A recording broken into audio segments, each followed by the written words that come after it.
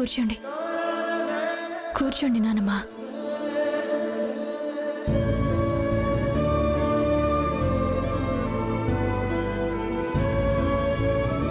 నానమ్మ, ఏమీ ఆలోచించకుండా కాసేపు విశ్రాంతి తీసుకోండి.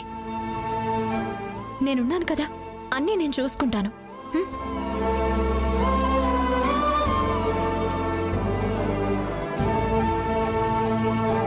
రాజమాత, మీరేం బాధపడకండి. రేపొద్దునే జాబిలికి నోటీసులు పంపిస్తాను.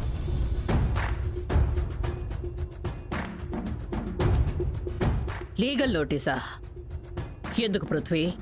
మీరు జాబిలిని వారసురాలిగా నమ్మి పవర్ ఆఫ్ అటార్నీ రాసిచ్చారు. అంటే అన్నిటి మీద సర్వ హక్కులు ఉన్నట్టు మాత్రమే. కానీ మిమ్మల్ని బయటికి గెంటేసే అంత రైట్ జాబిలికి లేదు. తను మోసం చేసినట్టుగా నిరూపిస్తే మీ ఆస్తులు మీకు రావడంతో పాటు పరువు నష్టం దావా మీద ఇంకా ఎక్కువ నష్టపోవచ్చు. అది కూడా మీ ఇష్టమే రాజమాత. వద్దు పృథ్వీ. నా మనవరాలు మమ్మల్ని మోసం చేసింది అంటే అది ఎంత అవమానం. మా వంశం పరువు పోతుంది. అలా అని మిమ్మల్ని ఈ స్థితికి తీసుకొచ్చిన వాళ్ళని అలా వదిలేయమంటారా రాజమాత? ఆస్తి కోసం సొంత మనవరాల మీద కేసు పెట్టమంటావా పృథ్వీ? మేమింతకాలం ఎదురు చూసింది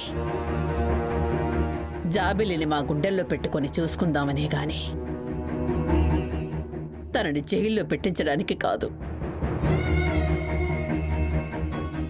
అయినా జాబిల్లి మమ్మల్ని మోసం చేసి ఏం దోచుకుంది? తన ఆస్తినే కదా.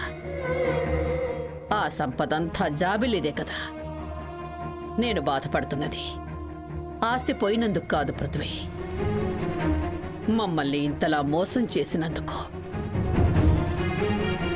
నాన్నా, ఏమైంది నాన్నా? లోపల ట్యాప్ తిప్పితే షవర్ వచ్చింది. అది కట్టేలోపు నేనిలా తడిసిపోయాను. ఉండండి, నేను టవల్ తీసుకుని వస్తాను. శివదేవా, అంకుల్. నాన్నా,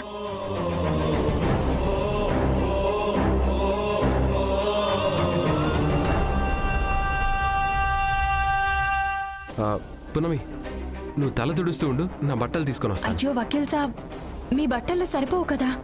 అయితే నా బట్టలు తీసుకొస్తానమ్మా. నీ బట్టలా సరిపోతాయా? ప్రస్తుతానికి ఏదో ఒకటి వేసుకోండి అంకుల్. తర్వాత కొత్త బట్టలు తీసుకొని వస్తాను. అత్తయ్య, అలాగే నానమ్మకు కూడా మీ చీరల్లో ఒక మంచి చీర ఇవ్వండి. అమ్మా, వెళ్ళి తీసుకొని రా.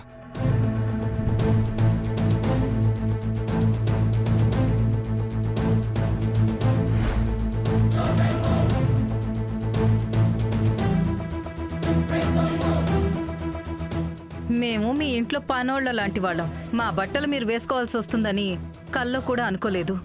అయినా మీ రుణం తీర్చుకునే అవకాశం రావడం మా అదృష్టం.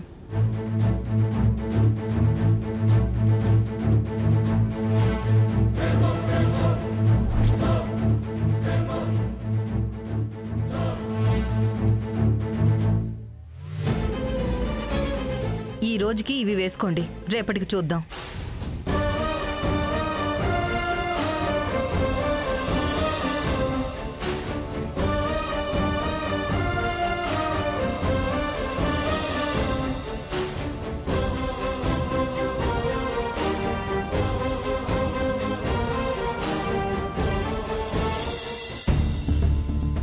ఇదిగోండి, తీసుకోండి. ఆగండి.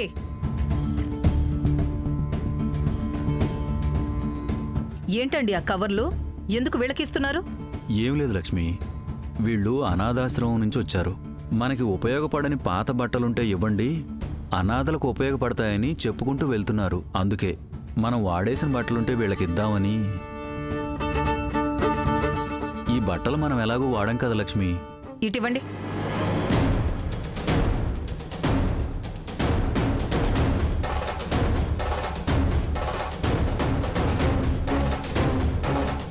ఏంటండి మీరు? వాడేసిన బట్టలైతే మాత్రం అలా ఎవరికి పడితే వాళ్ళకి ఇచ్చేస్తారా? కనీసం మనం ఇచ్చినట్టయినా వాళ్ళకి తెలుస్తుందా? వాళ్ళు అలా అడిగే తీసుకెళ్తారు, కానీ వాళ్ళు అవి వాడుకుంటారో అమ్ముకుంటారో మనకెలా తెలుస్తుంది? ఎవరికిస్తే ఏంటి లక్ష్మి, ఎవరికో ఒకరికి ఉపయోగపడతాయి కదా. అదేదో మన ఇంట్లో పనిచేసే వాళ్ళకి పండక్కో పబ్బానికో బట్టలు పెట్టాలి కదా, అప్పుడు ఈ బట్టలు ఇస్తే సరిపోతుంది. చూడండి, మా ఇంట్లో మీకు ఇవ్వడానికి ఏం లేదు, అర్థమైందా? వెళ్ళండి. హ్మ్? ఇలా ఇంట్లో ఉన్నవన్నీ దానం చేసుకుంటూ పోతే రేపు మనం కూడా అడుక్కోవాల్సి వస్తుంది. సంపాదించి దాచుకోవడం తెలియదు కానీ పెద్ద దానకనుడు దిగొచ్చాడు. ఇదిగోండి, లోపల పెట్టండి.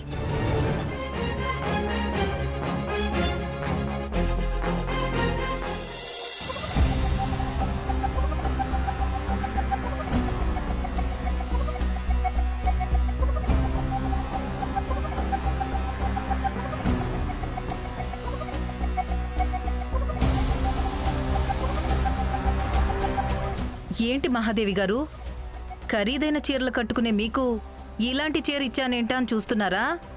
ఇంకేం చేయనండి, మీ స్తోమతకు తగిన చీరలు నేను ఇవ్వలేను.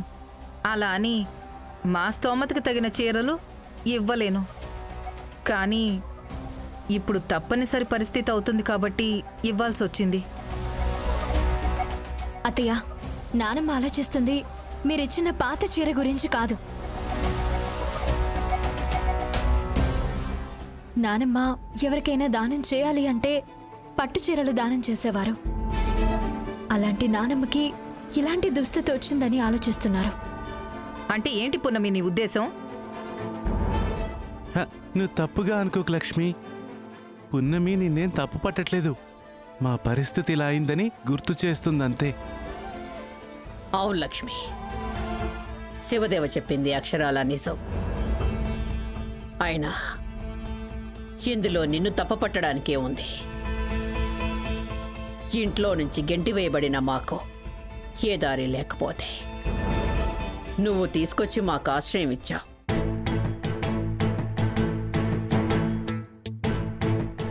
కట్టుబట్టలతో వచ్చిన మాకు కట్టుకోవడానికి బట్టలిచ్చావు.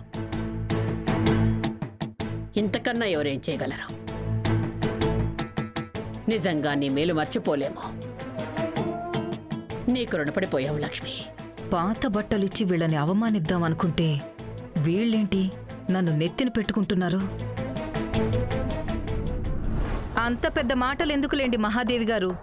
మీ పరిస్థితి బాగోలేక ఇలా ఇక్కడ ఉన్నారు, కానీ నిజంగా మాలాంటి వాళ్ళ ఇళ్లలో ఉండాల్సిన కర్మ మీకేంటి? కర్మ ఇట్లాగే ఉంటుంది లక్ష్మి. నిజంగానూ మాకు ఆశ్రయం ఇవ్వకపోయినా, కట్టుకోవడానికి బట్టలు ఇవ్వకపోయినా మా పరువు ఏమైపోయి ఉండేది? కన్న కూతురే ఇంట్లో నుంచి బయటికి వెళ్ళగొడితే ఇంకా పరువు ఎక్కడుంటుందమ్మా? పోయింది, మొత్తం పోయింది. మన కోసం ఎవరు రాజ్మహల్కి వెళ్ళినా మన గురించి తెలుస్తుంది. అంతకంటే పరువు తక్కువ పని ఏముంటుంది? నాన్నా, ఇదంతా కేవలం జాబిల్లి ఒక్కతే చేసి ఉండదు. ఖచ్చితంగా ఆ అగ్నిదేవ్ వైదికమ్మలు కూడా సహకరించుంటారు, సలహాలు ఇచ్చుంటారు.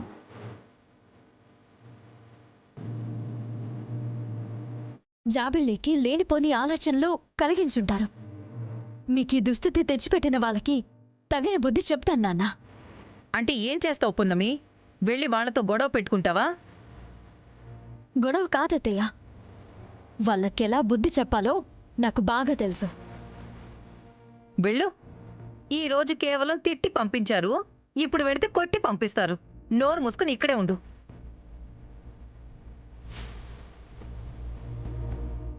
ఉన్నమి, లక్ష్మి చెప్పింది కూడా ఒకసారి ఆలోచించాం. ఆలోచిస్తూనే ఉన్నాను నానమ్మా. ఎంత ఆలోచించినా వాళ్ళు చేసిన మోసాన్ని మర్చిపోలేకపోతున్నాను. ఆ రాజ్మహల్కి పట్టిన దరిద్రాన్ని తరిమి కొట్టి మళ్ళీ పూర్వ వైభవాన్ని తెస్తాను. రాజ్మహల్లో ఉండాల్సింది దెయ్యాలు కాదు, మీలాంటి మంచి మనుషులు. వద్దు పున్నమి, వద్దు. ఇప్పటి వరకు నువ్వు మా కోసం చేసింది చాలమ్మా. ఆ భగవంతుడు ఎలా రాసుంటే అలాగే జరుగుతుంది. వాళ్ళని మీరు వదిలిపెట్టినా నేను వదిలిపెట్టను. ఇప్పుడే వెళ్ళి వాళ్ళంతా చూస్తాను. పున్నమి పున్నమి,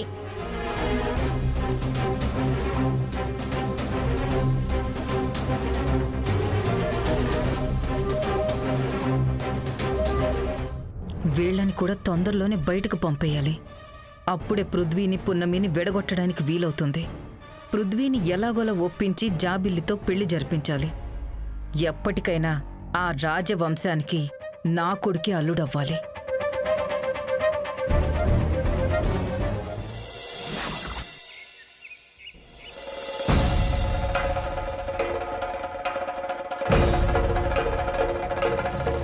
ఈ పున్నమి పెద్ద యోధురాల్లాగా వాళ్ళ ఇంటికి వెళ్ళింది. వాళ్ళు తన్ని తరిమితే కాని దీనికి బుద్ధే రాదు. హ, ఆ జాబిలమ్మ కోడలయ్యుంటే ఈ పాటికి ఎంచక్క రాజమహల్లో రాజుల్లాగా సెటిల్ అయిపోయేవాళ్ళం. అంత మా కర్మ. ఈ ముదనష్టపు పున్నమి వల్ల మా తలరాతే మారిపోయింది. నా ఆశలన్నీ అడి ఆశలైపోయాయి. అగ్నిదేవేంటి ఈ టైంలో ఫోన్ చేస్తున్నాడు? చెప్పండి అగ్నిదేవ్ గారు. నేను జాబిలిని. చెప్పు జాబిల్లి. ఏం చేస్తున్నారు అత్తయ్య?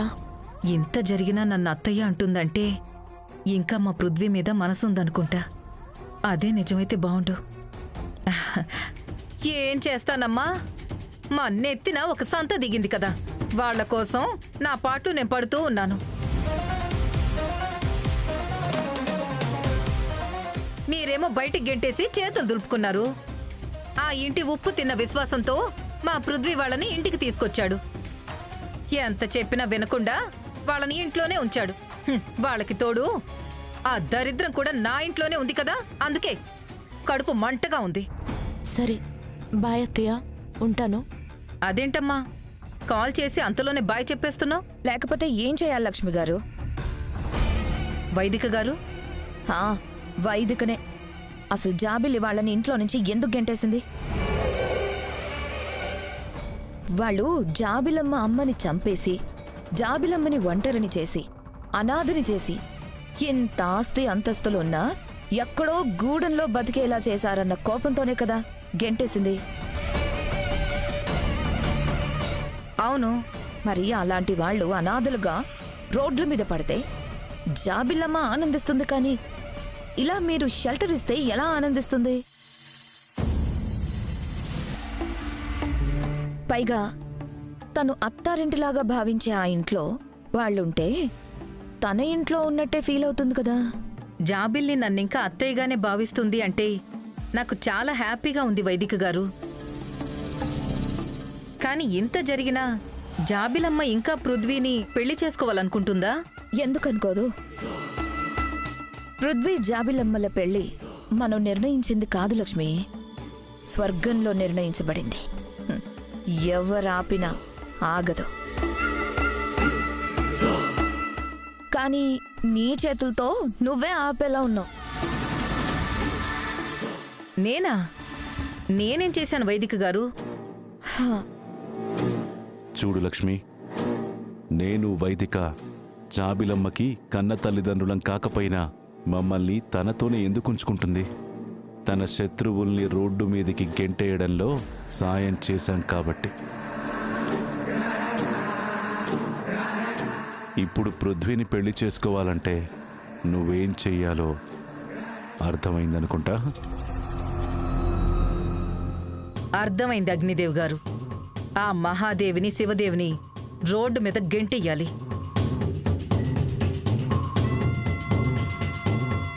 మా ఆయనకి పృథ్వీకి వాళ్ళింట్లో తిన్న విశ్వాసం ఉంది కాబట్టి నేను నేరుగా వాళ్ళని బయటికి గెంటేయలేను. కానీ వాళ్ళంతట వాళ్లే బయటకు వెళ్ళిపోయేలా అవమానిస్తాను. అంతేకాదు, ఏదో ఒకటి చేసి ఆ పున్నమి పృథ్వీలకి విడాకులు కూడా ఇప్పించేసి అప్పుడే పృథ్వీ జాబిలమ్మలకి పెళ్లి చేయడం సులభమవుతుంది. జాబిలమ్మకి మేం తప్ప ఎవరున్నారు? మీరు కూడా తోడుగా ఉంటే జాబిలమ్మ హ్యాపీగా ఉంటుంది. ఆ దేవుడే కనిపించి వరం ఇస్తాను అంటే వద్దంటానా? పున్నమి పృథ్వీలకి విడాకులిప్పించే బాధ్యత నాది. కానీ మా పృథ్వీ ఈ పెళ్లి చేసుకుంటాడో లేదో నాకు అనుమానంగా ఉంది. పృథ్వీ విషయం నాకు వదిలేయండి అత్తయ్య. మిగిలిన వాళ్ళని రోడ్డు మీదకి తీసుకొచ్చే విషయం మీరు చూసుకోండి. తప్పకుండా జాబిలి, నువ్వు నా కోడలు అవుతావు అంటే నీకోసం నేను ఏమైనా చేస్తాను. అమ్మా జాబిలి, మాటల్లో పడి చెప్పడం మర్చిపోయాను. ఆ పున్నమి మీ అంతు చూస్తానని అక్కడికే బయలుదేరింది.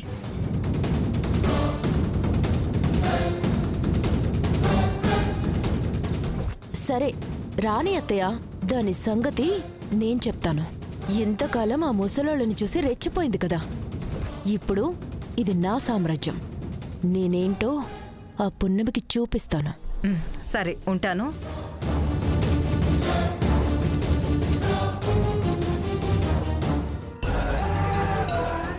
ఆ పున్నమిని మళ్ళీ ఈ రాజ్మహల్ వైపు రాకుండా చెయ్యాలి.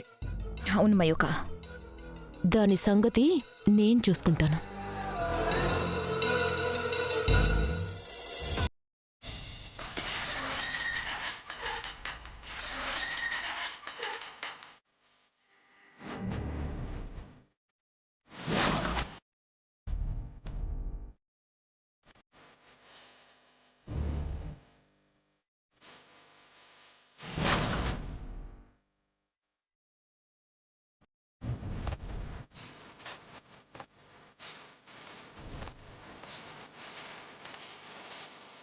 జాబిల్లి,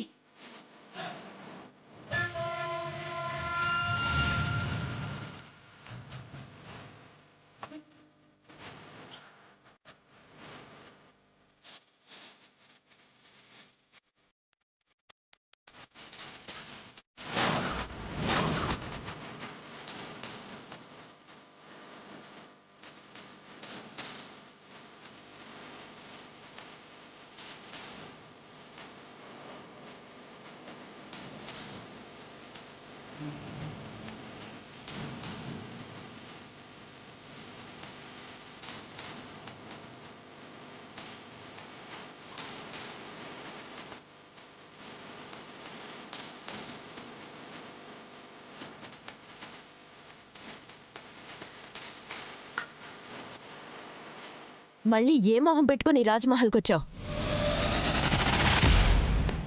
నా తండ్రిని నీ తండ్రిని చేసుకోవాలని చూసావు. నా స్థానాన్ని నువ్వు లాక్కోవాలని చూసావు. ఈ వంశానికి వారసురాలవ్వాలని చూస్తున్నావు. అన్నిటికీ పోనీలే అని క్షమించి వదిలేశాను. కానీ నేను మనసారా కోరుకుని ప్రేమించి పెళ్లి చేసుకోవాలనుకున్న నా పృథ్వీని పెళ్లి పీట మీద నుంచి మోసం చేసి నీ సొంతం చేసుకున్నావు. నువ్వు సొంతం చేసుకోవడానికి లాక్కోవడానికి ఇంకా ఇక్కడ ఏం మిగిలిందని మళ్ళీ వచ్చావు.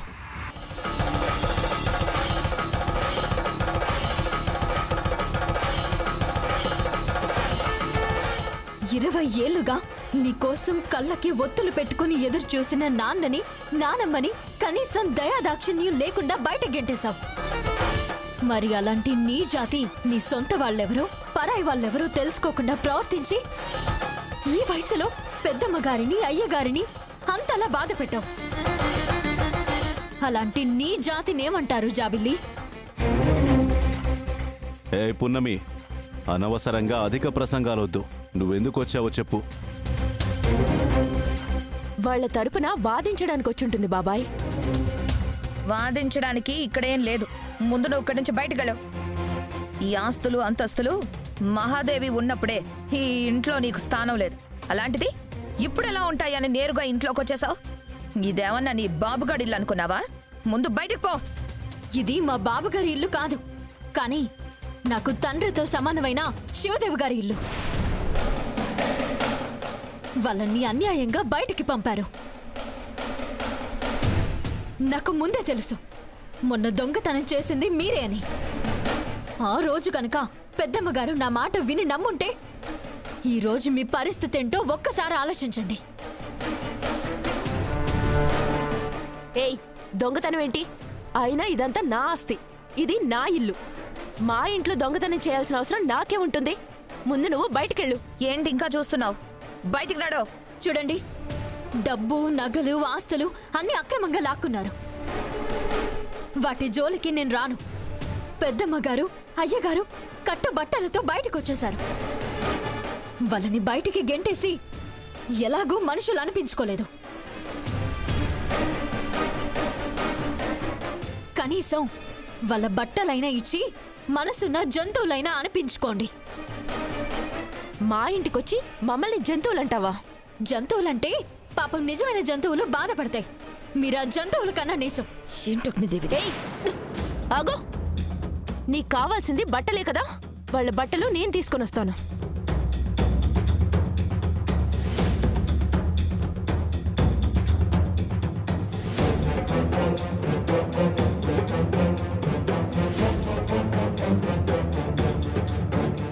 తీసుకో.